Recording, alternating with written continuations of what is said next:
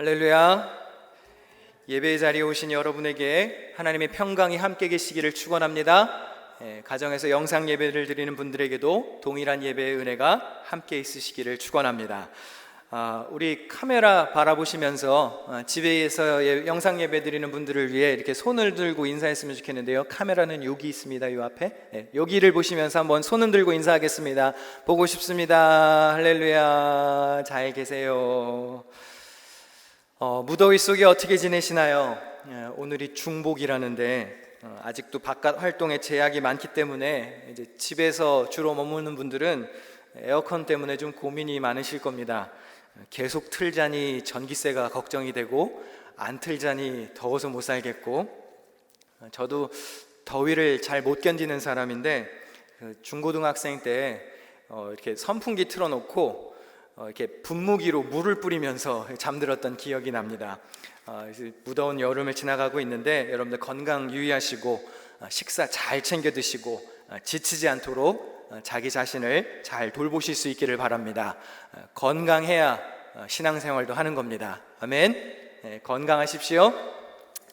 지난 주일부터 우리가 다윗에 관한 시리즈 설교를 시작했습니다. 왕의 길이라는 제목으로 다윗이 선택을 받는 순간부터 왕관을 쓰기까지의 과정을 살펴보고 있습니다. 외모가 아닌 중심을 보고 뽑힌 왕, 백성을 세심하게 돌볼 이스라엘의 목자, 또 하나님의 영이 함께하는 사람, 다윗이 차기 왕으로 선택되었습니다. 그런데 다윗은 기름 부음을 받고 다시 목동의 생활로 돌아갔습니다. 우리가 선택을 받고 우리가 인정을 받고 하나님께 기름 부음을 받는 위대한 사건이 있을지라도 원래의 삶의 자리로 하나님이 되돌려 보내실 수도 있습니다. 하나님은 계속해서 다윗을 낮은 자리에 두셨고 그곳에서 섬기게 하셨습니다. 어쩌면 오늘 예배드리는 여러분들에게도 동일한 도전을 주시며 하나님이 물으실 수도 있습니다. 너 그렇게 계속 안 보이는 지하실에서 나를 위해서 섬겨줄 수 있겠니? 아무도 주목하지 않는 어린이 예배에서 계속 교사로 수고해 줄 수 있겠니? 아무도 인정해 주지 않는 주방에 들어가서 그렇게 열심히 앞으로도 수고해 줄 수 있겠니? 아무도 쳐다보지 않는 저 미디어 부스에서 또는 차량 운행으로 청소하는 일로 보잘것없는 일이지만 계속해서 나를 위해 헌신해 줄 수 있겠니? 우리의 헌신과 섬김은 사람을 향하는 것이 아닙니다. 하나님의 마음을 기쁘시게 하기 위함이지요. 그렇기 때문에 여러분의 섬김과 헌신은 하늘에서 해같이 빛날 것입니다.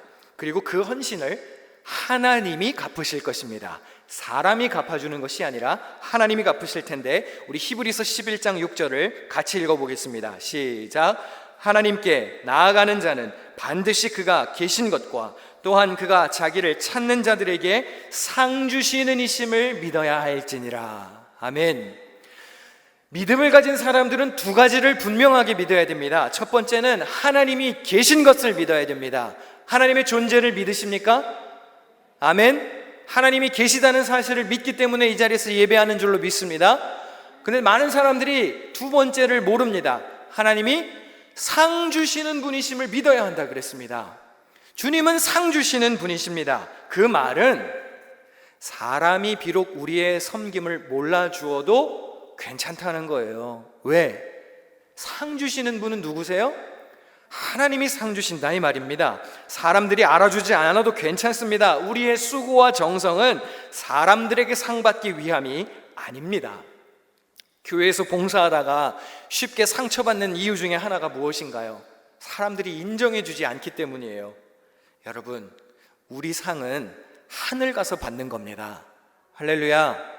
여러분의 섬김은 하나님께서 갚으시는 줄로 믿어야 합니다. 갈라디아서 6장 9절에 우리가 선을 행하되 낙심하지 말지니 포기하지 아니하면 때가 이름에 거둔다고 그랬습니다. 선을 행하다가 낙심하지 마십시오. 교회에는 다양한 사람들이 와서 봉사하는 곳입니다. 모두가 다 귀한 일이고 아름다운 헌신입니다. 서로 사랑하며 높여주는 기쁨이 있어야 됩니다. 서로 격려해 줄 수 있어야 됩니다. 그렇지만 상은 누구에게 받는 거예요? 하나님께 받는 거예요. 사람들이 몰라줘도 괜찮습니다. 오늘 다윗이 기름 부음을 받는 장면을 다시 한번 본문을 통해서 읽어보도록 하겠습니다. 사무엘이 기름 뿔병을 가져다가 그의 형제 중에서 그에게 부었더니 이날 이후로 다윗이 여호와의 영에게 크게 감동되니라. 다윗이 하나님의 영에 감동되었습니다. 그런데 흥미로운 사실이 바로 다음 절에 나오는 이야기인데요, 바로 다음 절 14절 말씀을 같이 읽겠습니다. 시작. 여호와의 영이 사울에게서 떠나고 여호와께서 부리시는 악령이 그를 번뇌하게 한지라. 한 절 앞에서는 하나님의 영에 감동된 다윗이 등장하고 바로 다음 절에서는 하나님의 영이 떠나고 악령이 임하는 사울의 이야기가 소개됩니다. 다윗은 성령에 감동되고 사울은 악령에 시달리게 됩니다. 여러분, 사실 사울도 한때 하나님의 영에 감동되었던 사람입니다. 사무엘상 10장 10절에 그들이 산에 이를 때에 선지자의 무리가 그를 영접하고 하나님의 영이 사울에게 크게 임했었습니다. 그러니까 마치 지금 데자뷰처럼 똑같은 일이 다윗에게 또 벌어지고 있는 건데요, 하나님의 영이 사울에게서는 떠나갑니다. 그리고 누가 와서 괴롭히냐면 악령이 와서 그를 괴롭히게 됩니다. 이 영은 하나님이 보내신 악령이라고 기록되어 있습니다. 히브리어 원문에도 보면 여호와께로부터 온 악신이라고 기록되어 있습니다. 어떤 사람들은 이 성경 구절을 보고 야, 이거 봐라, 하나님이 마귀로도 등장한다, 성경에. 성경에 삼위일체 하나님이 아니라 이거 성부, 성자, 성령, 사탄, 사위일체 하나님이다, 이렇게 주장하는 사람들이 실제로 있어요. 되게 할 일 없는 사람들이죠. 근데 하나님이 사탄이다, 하나님이 사탄도 조종하신다, 이런 주장은 사실 옳지 않아요. 왜냐하면 시편 100편 5절에 뭐라고 그랬습니까? 여호와는 선하시니 그랬어요. 여러분, 하나님이 선하시다는 사실을 믿으십니까? 그리고 하나님은, 요셉이 그렇게 고백했죠, 악도 선으로 바꾸시는 분이십니다. 할렐루야. 그리고 근본적으로 하나님은 어떤 분이십니까? 요한일서에 보니까 하나님은 사랑이시라고 그랬어요.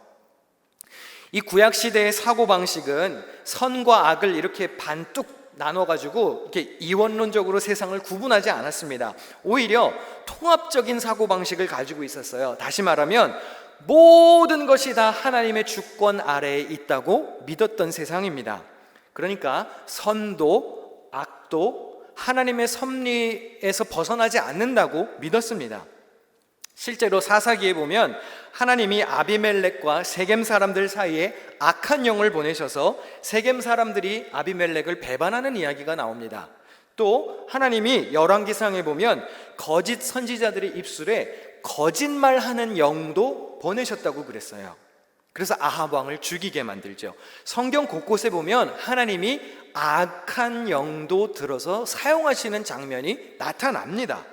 그러니까 우리는 성경적으로 하나님을 이해하기 위해서는 선과 악이 모두 다 주님의 주권 아래에 있음을 믿어야 하는 것입니다.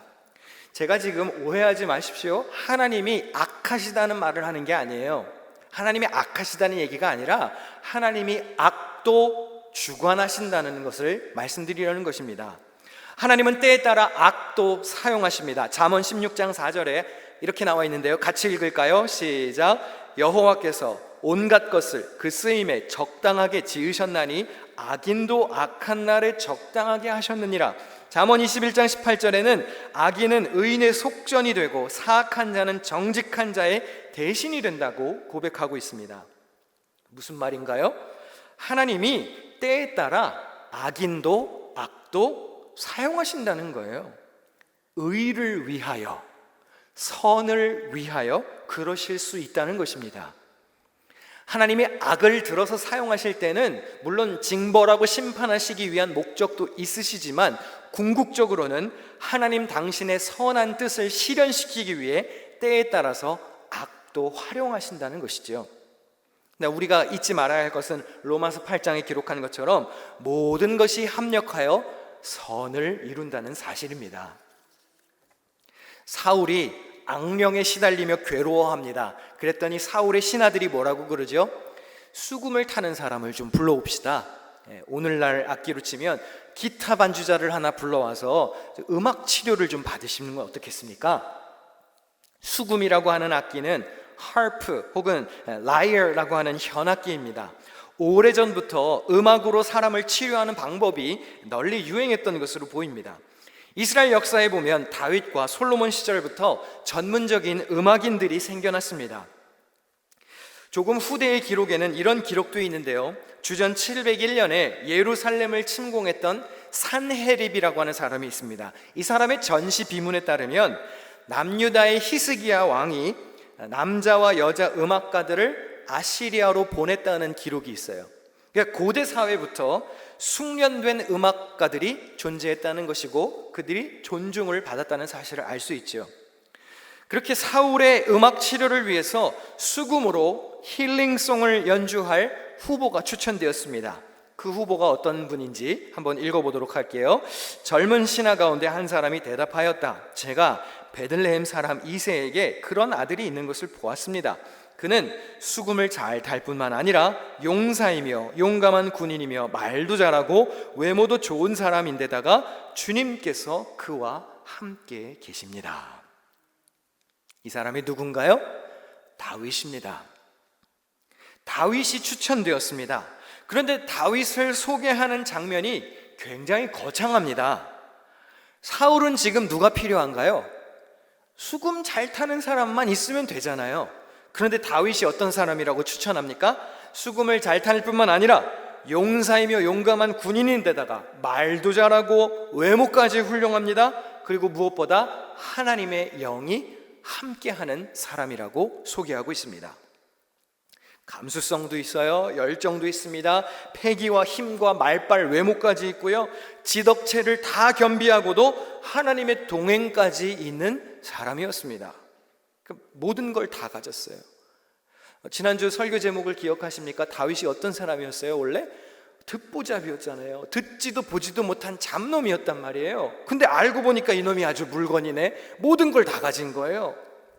단순한 악령을 쫓아내는 사람이라고 하기에는 통치자의 덕목을 다 가지고 있다고 소개가 됩니다. 용맹한 군인의 모습은요, 고대 왕에게 있어서 기본적으로 요구되는 자질 중 하나였습니다.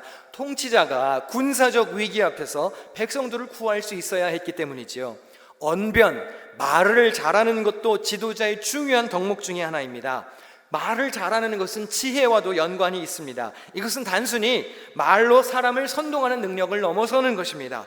말해야 할 것을 말하고 진리를 외치고 정의를 실현하며 긍휼과 자비를 보이기 위해서는 통치자의 입술에 지혜가 있어야 하는 것이죠.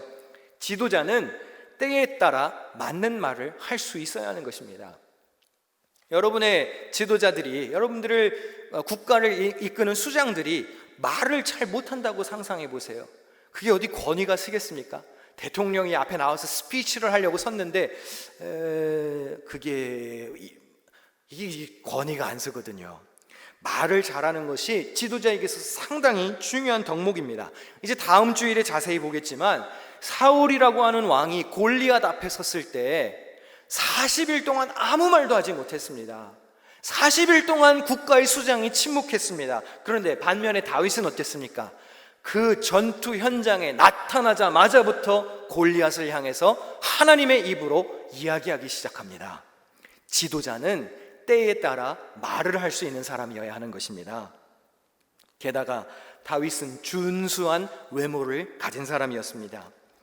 지난주에 우리가 하나님은 외모를 보지 않으시고 중심을 보신다고 그랬죠. 그래서 다윗의 외모가 빼어난 것이 하나님이 분명히 외모 안 보신다 그랬는데 이거 모순 아니야? 라고 생각될 수도 있어요.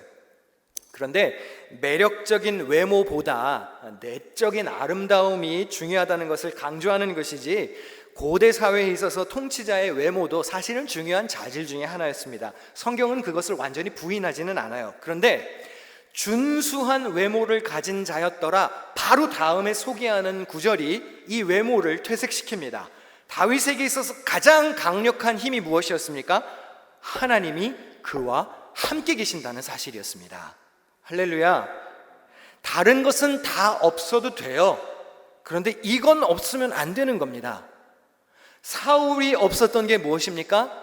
이제는 하나님의 영이 떠나갔기 때문에 하나님의 동행이 더 이상 그와 함께 있지 않았어요. 그런데 다윗에게는 하나님이 함께 했습니다. 사울이 다윗을 왕궁으로 부릅니다. 이 장면을 자세히 보십시오. 악령에 시달리는 사울이 하나님의 영에 감동된 다윗을 불러옵니다. 버림받은 현재 왕이 선택받은 차기 왕을 자기 손으로 자기 왕궁 왕좌 옆으로 불러들입니다.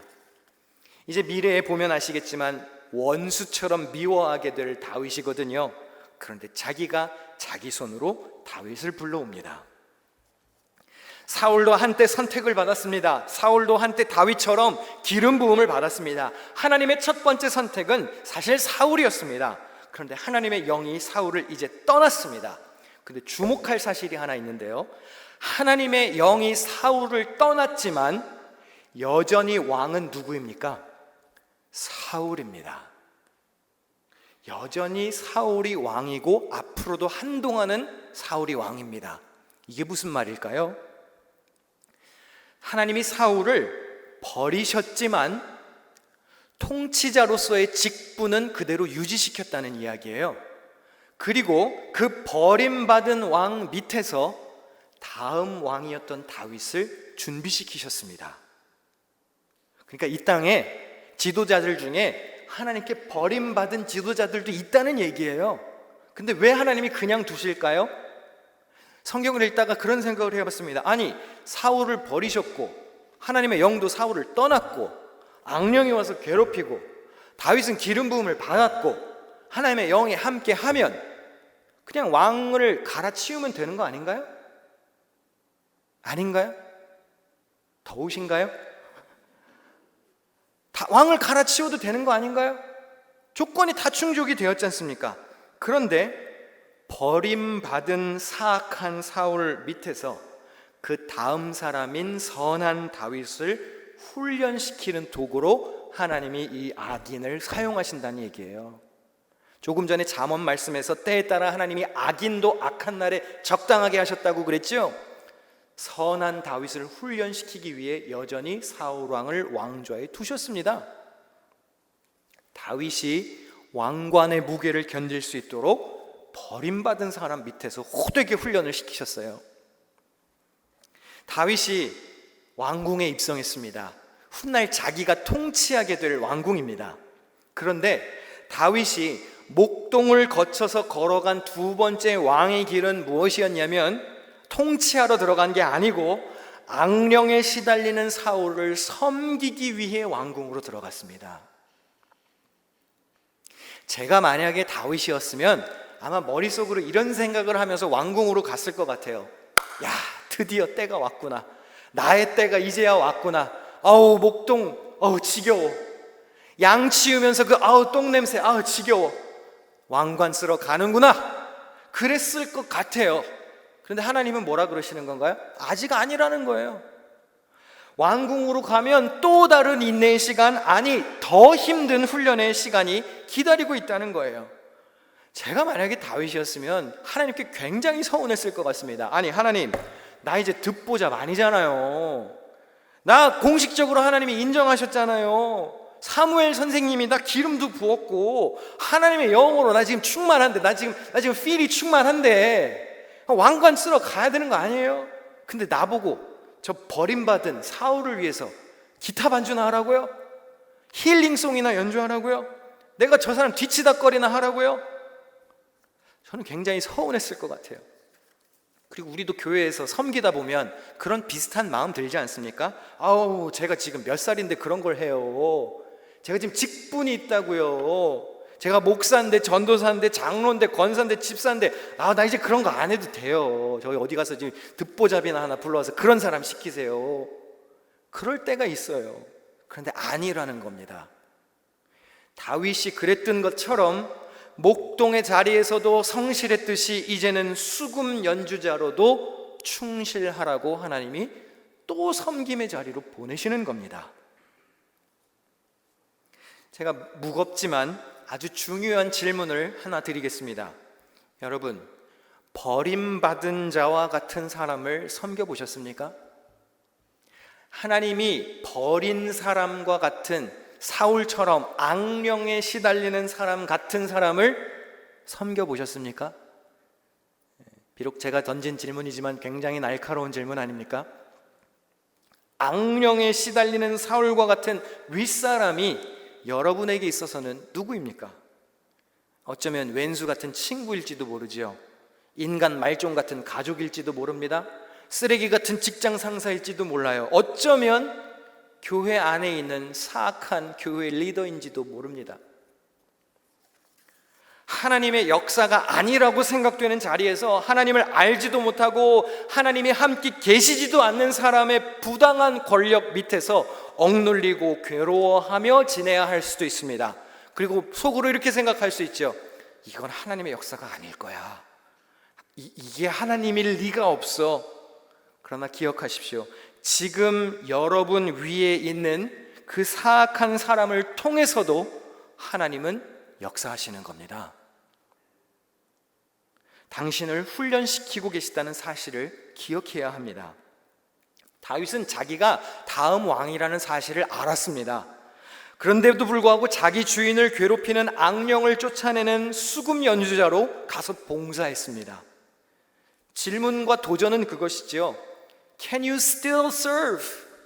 너 그럼에도 불구하고 섬길 수 있겠느냐? 다윗은 목동으로서도 그랬고 수금 연주자로서도 그랬고 주어진 자리에서 최선을 다해 섬겼습니다. 그리고 그게 오늘 우리에게 주시는 도전인지 모릅니다. 보잘것없는 자리에 있을지라도 너는 그 주어진 삶의 자리에서 너의 인격과 실력과 신앙을 훈련시킬 수 있겠느냐라는 질문이지요. 여러분, 오늘 주일에 예배를 드리시고 오늘 주일을 거룩하게 지내시고 내일부터 어디로 돌아가십니까? 마음에 들지 않는 직장으로 가야 할 수도 있습니다. 꼴 보기 싫은 사람을 또 만나야 할 수도 있습니다. 속 썩이는 가족들을 또 상대해야 할 수도 있습니다. 일찍 일어나가지고 피곤한 몸을 이끌고 아무도 알아주지 않는 자리에 가서 또 열심히 일해야 할 수도 있습니다. 그러나 기억하십시오. 여러분에게 주어진 그 삶의 자리에서 최선의 결과를 얻도록 힘쓰셔야 합니다. 아멘. 여러분의 주어진 자리에서 최선을 다해 힘쓰셔야 합니다. 어쩌면 다윗이 그랬던 것처럼 사악하고 까칠하고 성질 고약한 사람 밑에서 섬겨야 할지도 모릅니다. 하나님이 나에게 기도응답을 주시고 비전을 주시고 약속을 주시고 성령의 충만함을 주셨다 할지라도 누군가의 권위 밑에서 그 사람을 조력하는 사람으로 하나님이 보내실 수도 있어요. 인내하는 법을 배우라고. 간혹 보면 이렇게 누구 밑에서 잘 일 못하는 사람이 있어요. 자기 성질대로 해야 직성이 풀리지 누군가의 권위 밑에서 어떤 규율에 얽매여서 일 못하는 사람들이 있어요. 그런 분들은 이 말씀을 잘 새기셔야 합니다. 로마서 13장 1, 2절 말씀 우리 같이 읽어보겠습니다. 시작. 각 사람은 위에 있는 권세들에게 복종하라. 권세는 하나님으로부터 나지 않음이 없나니 모든 권세는 다 하나님께서 정하신 바라. 그러므로 권세를 거스르는 자는 하나님의 명을 거스름이니 거스르는 자들은 심판을 자취하리라. 여러분, 지금 누군가의 권위 밑에 있으십니까? 그러면 아직 내 때는 아니라는 얘기입니다. 그 권위에 순종하고 섬기면서 나를 깎고 다듬는 수련의 과정으로 삼아야 한다는 의미입니다. 잘 들으십시오. 하나님은 지금 여러분의 태도를 보시고 여러분의 미래를 결정할 겁니다. 지금 여러분들이 어떻게 일하고 섬기는지를 보시고 여러분의 다음 계절을 하나님이 결정 지으실 거란 얘기예요. 지금 열심히 해야 다음 인생의 이막에서도 열심히 일할 수 있는 거고요. 지금 불평하고 괴로워하고 아유 이건 하나님의 역사일 리가 없어 이러면서 뒷짐지고 있으면 하나님이 길을 열어주시지 않을 수도 있다는 이야기입니다. 다윗은 자기가 섬기는 사울을 못살게 구는 악령을 쫓아내는 역할을 했습니다. 제가 올해 2월에도 이와 비슷한 말씀을 한번 드린 적이 있습니다. 혹시 기억하시는지 모르겠습니다. 자가격리하느라 다 잊어버리셨을 수도 있는데 제가 그런 말씀 드렸던 적이 있어요. 여러분, 누군가를 섬기는 자리에 있으십니까? 그러면 다윗이 사울을 괴롭히는 그 악령을 쫓아냈듯이 여러분의 리더나 여러분이 사랑하는 사람을 힘들게 하고 괴롭게 하고 못 살게 구는 그거를 제거해 주는 역할을 하면서 섬겨 보십시오. 그러니까 예를 들면 이런 거예요. 여러분 혹시 직장에 상사가 있으십니까? 여러분의 직장 상사가 제일 성가셔하는 일이 뭡니까? 내 보스가 제일 싫어하는 게 뭔가요? 회사에 항상 쾌쾌한 냄새가 나는 거를 상사가 혹시 싫어하나요? 그럼 오늘 당장 이 자리에서 결단하고 내일부터 그 상사의 힐링송을 연주하는 수금 연주자가 되기를 결단할 수 있습니다. 가서 출근하고 사장님께 이렇게 얘기하는 거예요. 사장님, 앞으로 우리 회사의 상큼함은 제가 책임질게요. 그리고 가서 마트에 가서 방향제를 사든지 무슨 옌키 캔들을 하나 사든지 사가지고 회사에 10분 일찍 출근하는 거예요. 그리고 사람들이 출근하기 전에 거기다가 초를 켜놓고 회사 사무실에 은은하게 향이 퍼지도록 가서 준비하는 거예요. 다른 사람들이 오는 걸 영접하는 거죠. 그러면 사장님이 출근을 하면서 다음날 그러겠죠. 우리 회사 냄새가 이렇게 좋았나? 오늘 기분이 상쾌한데? 몰라줘도 돼요. 여러분이 했다는 걸. 사장님 그거 제가 한 거예요. 이렇게 안 해도 돼요. 사장님 그거 제가 제 돈 들고 사왔어요. 이렇게 안 해도 돼요. 회사 돈 안 써도 된다고요. 다윗이 사울을 섬겼던 것처럼 그렇게 한번 해보시라는 얘기예요. 여러분의 사랑하는 사람이 제일 싫어하는 게 뭔가요? 여러분의 아내, 여러분의 남편들이 제일 싫어하는 게 뭔가요? 그걸 해결해주는 해결사 역할을 해보십시오. 아내들이 청소하는 거를 너무너무 힘들어하나요? 그럼 이 자리에 계신 남편들 오늘 이 자리에서 결단할 수 있어요. 여보, 앞으로 나랑 사는 동안은 청소하는 일은 없게 해줄게. 청소로 고생하지 않도록 내가 도와줄게. 아멘, 아멘 나왔어요. 할렐루야. 그 남편은 청소를 내일부터 할 줄로 믿습니다. 여보, 청소하는 거 걱정하지 마. 내가 새로 나온 다이슨 청소기 아주 가벼운 거 그거 하나 사줄게. 앞으로 더 열심히 베큐음을 하도록 해. 그런 얘기가 아니고요. 스스로가 악령 쫓아내는 힐링 연주자가 되어보시라는 거예요. 남편들이 제일 싫어하는 건 뭔가요? 남편들이 어지러운 집안을 싫어하나요? 그러면 아내들도 결단할 수 있어요. 여보, 앞으로 나랑 살면서 지저분한 걸로 신경 쓸 일은 없을 거예요. 이렇게 서로 결단하면 누가 청소해도 아무 상관없는 거 아닌가요? 그렇잖아요. 서로 결단하면 내가 하면 당연한 거고 너가 하면 감사한 일이고 그렇지 않겠어요? 더우세요? 하기가 싫은 건가요? 지금 내가 맡고 있는 일, 지금 내가 하고 있는 봉사, 나에게 맡겨진 자녀들, 나의 제자들, 속회원들, 선교회원 등을 위해서 다윗이 그랬던 것처럼 왕을 섬기듯이 한번 섬겨보자는 이야기입니다. 비록 그 자리가 좋은 자리가 아닐지라도 여러분이 지금 걷고 있는 그 길이 왕관을 향해서 가는 왕의 길이라는 사실을 기억해야 합니다. 하루하루 소중히 여기며 최선을 다해야 합니다. 훗날 하나님께서 빛나는 면류관으로 갚아주실 것입니다. 천국에서 상 주실 하나님을 바라보아야 합니다. 사랑하는 성도 여러분, 여러분의 힐링송으로 다른 누군가의 악령을 쫓아내고 다른 누군가의 마음의 짐을 쫓아내는 그런 힐링송을 연주하는 수금 연주자로 살아가시기를 축원합니다. 오늘 나에게 주신 삶을 귀히 여기는 자에게 하나님의 은혜가 함께할 것을 믿습니다. 기도하겠습니다.